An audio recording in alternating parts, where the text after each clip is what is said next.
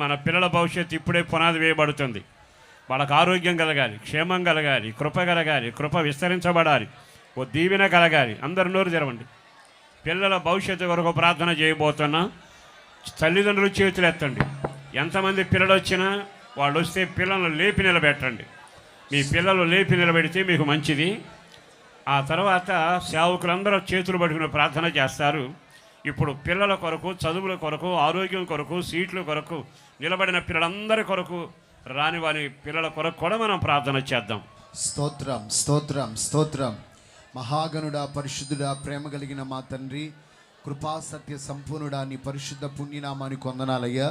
మరొక విషయం కొరకు మీ సన్నిధిలో నాయనా ఈ రీతిగా సంఘమంతా కలిసి, సేవకులు కలిసి ఐక్యపడి ప్రార్థన చేయడానికి మీరు కృప చూపినందులకై స్తోత్రమయ్యా. ఈ నూతన విద్యా సంవత్సరంలో ప్రవేశించిన మా పిల్లలందరి కొరకు మేము చేతులు పైకెత్తాము. కృప కలుగునుగాక, కృప కలుగునుగాక. నర్సరీ నుండి ప్రభువా పీజీ వరకు ప్రతి చదువులో మీరు తోడుగా ఉండండి. ప్రతి పిల్లలకు మీ జ్ఞానమునివ్వండి, మీ తెలివితేటలు ఇవ్వండి, చక్కని చురుకుదనాన్ని ఇవ్వండి, కృపనివ్వండి, అభిషేకాన్ని ఇవ్వండి. మీకు స్తోత్రాలయ్యా. క్షేమకరమైన ప్రయాణాలు వారికి కలగాలి. వారు చదువుతున్నది, వ్రాయుచున్నది, వింటున్నది వారి గ్రహించగలిగినట్లుగా, చక్కని భవిష్యత్తు వారు సంపాదించుకునేటట్లుగా మీ కృప వారికి అధికముగా అనుగ్రహించమని ప్రార్థన చేస్తున్నా.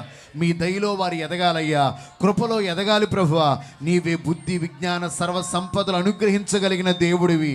దేవా, తెలివియు వివేచనయు మీ నోట నుండి వస్తుంది. మా పిల్లలు మా కళ్ళ ముందు ఒలీవ మొక్కల్లాగా ఆశీర్వాదకరంగా, జ్ఞానవంతులుగా తీర్చిదిద్దబడుదురుగాక.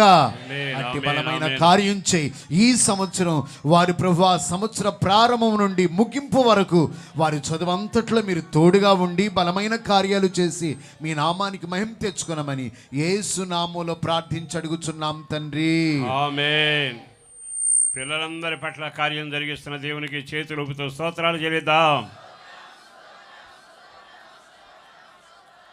ఆమేన్. నిలబడిన పిల్లలందరూ నా దేవుని హస్తం మెండుగా దీవించునుగాక. కూర్చోండి.